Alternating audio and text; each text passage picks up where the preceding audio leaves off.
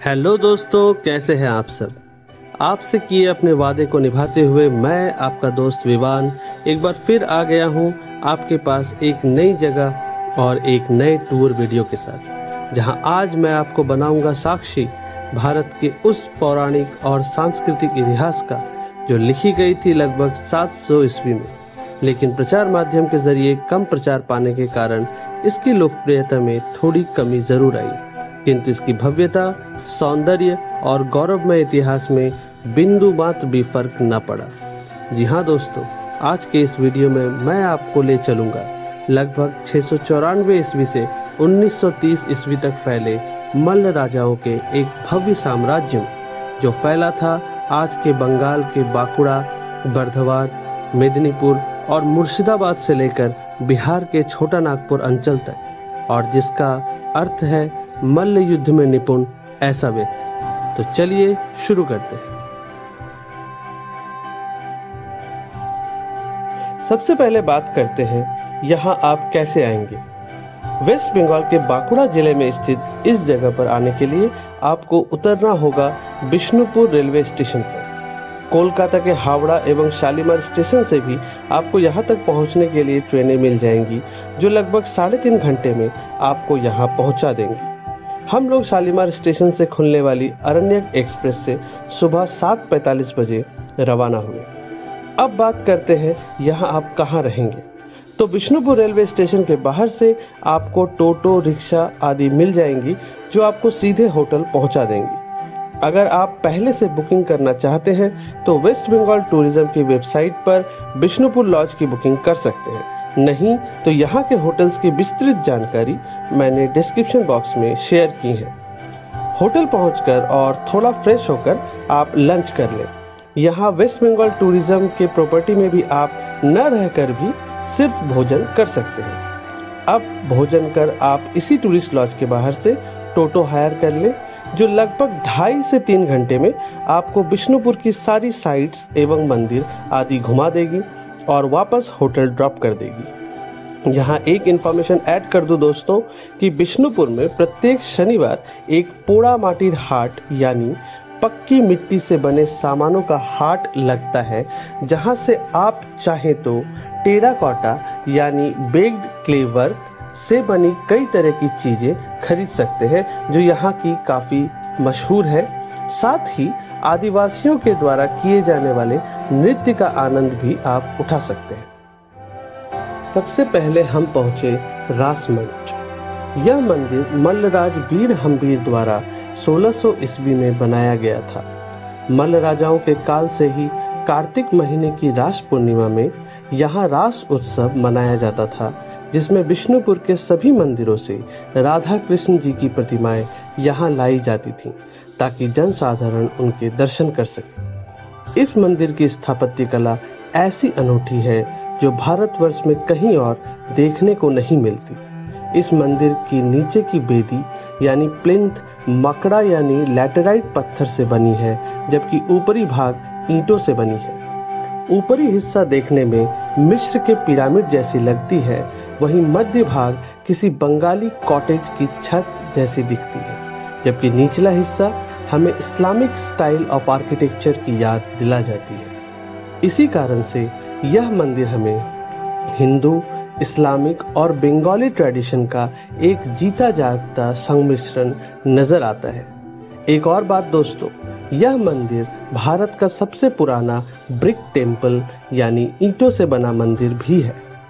इसके अंदर आपको 3 परिभ्रमणकारी गलियारे देखने को मिलेंगे, जिसकी मेहराब यानी आर्च टेराकोटा की लोटस मोटिव्स से सुसज्जित है।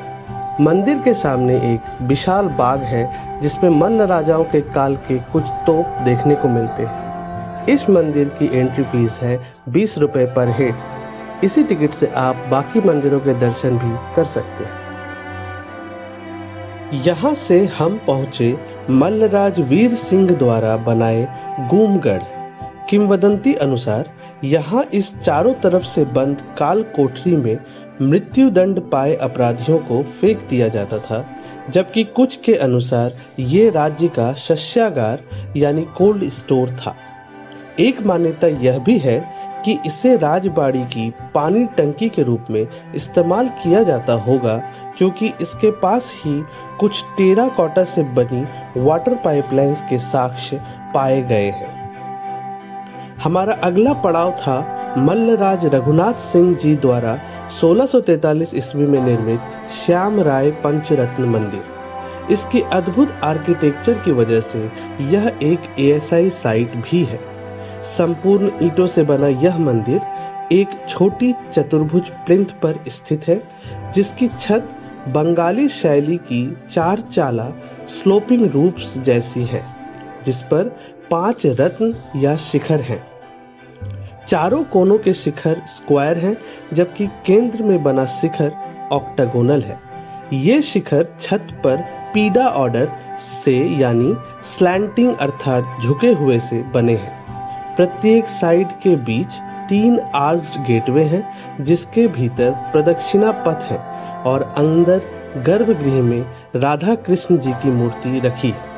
मंदिर की छत फूस से बने बांस के घर की छत जैसे निकले हुए हैं, जिससे बारिश का पानी निकल जाए और पक्की मिट्टी से बनाई ईंटों को नुकसान न हो। सबसे उत्कृष्ट है ईंटों की दीवारों में उकेरे गए रासलीला, फूलकारी और पौराणिक रामायण महाभारत के दृश्य, जो इन बेजान दीवारों में प्राण फूंक देती है।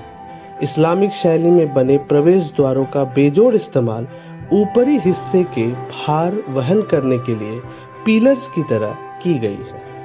इससे आगे बढ़कर हम पहुंचे जोड़ बांग्ला अथवा केस्टोराय मंदिर। परस्पर जुड़ी हुई दो चाला छत वाली कोठी के समन्वय से गठित इस मंदिर के संयुक्त मध्य स्थल के ऊपर एक 4 चाला छत वाली शिखर विद्यमान है, जिस कारण से इसे जोड़ बांग्ला मंदिर की उपाधि दी जाती है।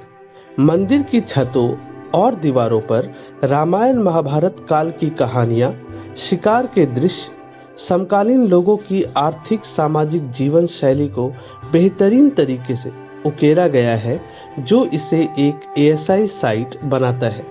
यह मंदिर बंगाल द्वारा भारतीय मंदिर कला शैली को दिया गया सबसे अनूठा उपहार है। आगे हम पहुंचे राधे श्याम जी टेम्पल। मल्लराज चैतन्य सिंह जी ने इस लैटेराइट मंदिर को 1758 ईस्वी में बनाया था। यह मंदिर एक रत्न यानी एक शिखर वाली है, जो इस्लामिक शैली की गुंबज आकृति में बनी अन्य एक रत्न मंदिरों से भिन्न है। इस मंदिर में राधे श्याम, निताई गौर एवं जगन्नाथ भगवान की मूर्तियां पूजी जाती हैं। मंदिर के प्रवेश द्वार पर एक सुंदर ईंटों से बना नहाबत खाना है, जहां एक जमाने में शहनाई एवं वाद्य यंत्र बजाए जाते थे। मंदिर की पूर्व दिशा में उड़िया शैली से बनी एक सुंदर तुलसी पिंड है और रसोई घर है, जहां भोग अथवा प्रसाद आदि बनते थे। इसके दक्षिण में एक नाट्य मंच है, जिसमें यहाँ के लोकल्स नाटक आदि प्रस्तुत करते थे। यह मंदिर अपनी फूलकारी और ज्योमेट्रिक रचना शैली एवं विशेष तरीके से की गई स्टको वर्क अर्थात दीवारों एवं सीलिंग्स पर किए गए अंदर एवं बाहर प्लास्टर वर्क के लिए मशहूर है, जिसमें आदि ग्रंथों के चित्र उकेरे गए हैं। यहाँ से हम मृण्मयी देवी माँ के मंदिर दर्शन करते हुए एवं राजबाड़ी के ध्वंसावशेषों को देखते हुए सीधे पहुँचे बड़े पत्थर दरवाजा या मेन गेटवे पर। लैटेराइट पत्थरों के पॉलिश्ड ब्लॉक्स से बना यह दरवाजा विष्णुपुर के प्राचीन किले की नॉर्दर्न एंट्रेंस थी। इस 2 मंजिले द्वार से गुजरते हुए आपको दोनों तरफ तीरंदाजों एवं बंदूकधारी सैन्य दलों के छिपने एवं वार करने के लिए बने छोटे छोटे छिद्र दिखाई देंगे। इस दरवाजे के उत्तर पश्चिम कोने पे आपको दिखाई देगा स्मॉल गेटवे अथवा छोटा पत्थर दरवाजा, जो किले का दूसरा दरवाजा था। इसके दाहिने तरफ मूर्छा पहाड़ पर दुर्गा पूजा की महाअष्टमी पर संधि समय में तोप से गर्जन की जाती है, जिसके बाद सभी दुर्गा मंडपों में बलि दी जाती है और जिसे देखने दूर दूर से लोगों का समागम लगता है। आगे बढ़ते हुए हम पहुंचे राधा लाल जी मंदिर, जो कि एक विशाल क्षेत्र में बाउंड्री वॉल्स के अंदर स्थापित एक रत्न या एक शिखर मंदिर है, जिसे श्री राधिका और श्री कृष्ण जी के आनंद के लिए समर्पित किया गया था। सामने की दीवार पर डेकोरेटिव स्टको वर्क या प्लास्टर वर्क अभी भी देखा जा सकता है। आगे चलकर हम पहुंचे स्टोन चैरियट या पत्थर रथ के पास, जो लैटेराइट पत्थर से बनी एक 2 स्तरीय रथ है, जिसका निचला हिस्सा रास मंच के अनुरूप और ऊपरी हिस्सा अन्य मंदिरों के अनुरूप बनाया गया है। यहाँ से हम पहुंचे एक बहुत ही खूबसूरती से बनाए गए मदन मोहन जी के मंदिर पर। इस ईंटों से बने एक रत्न मंदिर के निचले हिस्से में पशु पक्षी, कृष्ण लीला, दशावतार और अन्य पौराणिक कहानियां रूपायित की गई हैं, जबकि ऊपरी हिस्से में युद्ध के दृश्य हैं। यहाँ अभी भी मदन मोहन ठाकुर जी की नित्य सेवा, रास, डोल और नाम यज्ञ आदि किए जाते हैं। यहाँ से हम माँ छिन्नमस्ता मंदिर देखते हुए पहुँचे दल मादल तोप देखने। दल मादल का अर्थ है दल मर्दन, यानी शत्रु दल का दमन। कहानियों के अनुसार 1742 ईस्वी में नगर देवता ने इस तोप से गोले बरसाकर आक्रमणकारी भास्कर राव और उसकी सेना को खदेड़ा था। मल्ल राजाओं के अन्य असंख्य तोपों को ब्रिटिशरों ने जब्त कर लिया था। अब बारी थी मंदिरों से हटकर बिष्णुपुर की कुछ और अलग ऐतिहासिक एवं अनूठी कलाकारी देखने की। दोस्तों, आपको बता दूं कि बिष्णुपुर की ताँत साड़ी शिल्प केवल बंगाल ही नहीं बल्कि पूरे भारतवर्ष में जानी जाती है। यहाँ ज़्यादातर तसर और सिल्क थान एवं साड़ी तैयार की जाती है। वर्तमान में मिलने वाली बिष्णुपुरी बालूचूरी एवं सोनाचूरी साड़ियों की डिमांड पूरे विश्व में देखी जा सकती है। साड़ी में रामायण, महाभारत, पशु पक्षी, राजा बादशाह एवं फूलकारी आदि दृश्य बड़ी उत्कृष्टता के साथ उकेरे जाते हैं। इन साड़ियों को आप यहाँ से खरीद भी सकते हैं।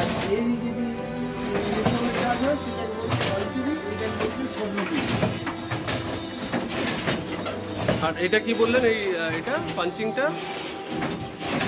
এটা একটা এমনি ড্রয়িং প্লেটে আঁকা আছে। হ্যাঁ, এই ডিজাইনটা হচ্ছে ড্রয়িং প্লেটে আঁকা আছে, কিন্তু সেটা দেখে ওগুলো ছিদ্রগুলো এখন সবগুলো কিন্তু সমান না। ওই ডিজাইনটা কীরকম ছিদ্র হওয়া দরকার সেরকম ছিদ্র এটাতে আছে, তবে ওই ডিজাইনটা হচ্ছে। আচ্ছা,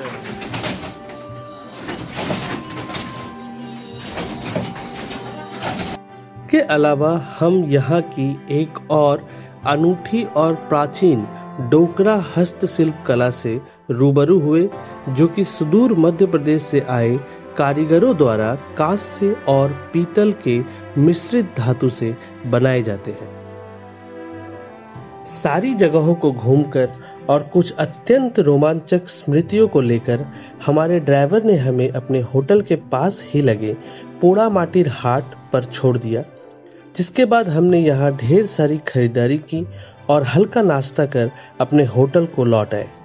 दिन भर की थकान और विस्मित कर देने वाले तथ्यों को लेकर हम रात का डिनर कर सो गए और अगले दिन सुबह होटल से चेकआउट कर चल दिए अपने अगले डेस्टिनेशन जयपुर फॉरेस्ट पर।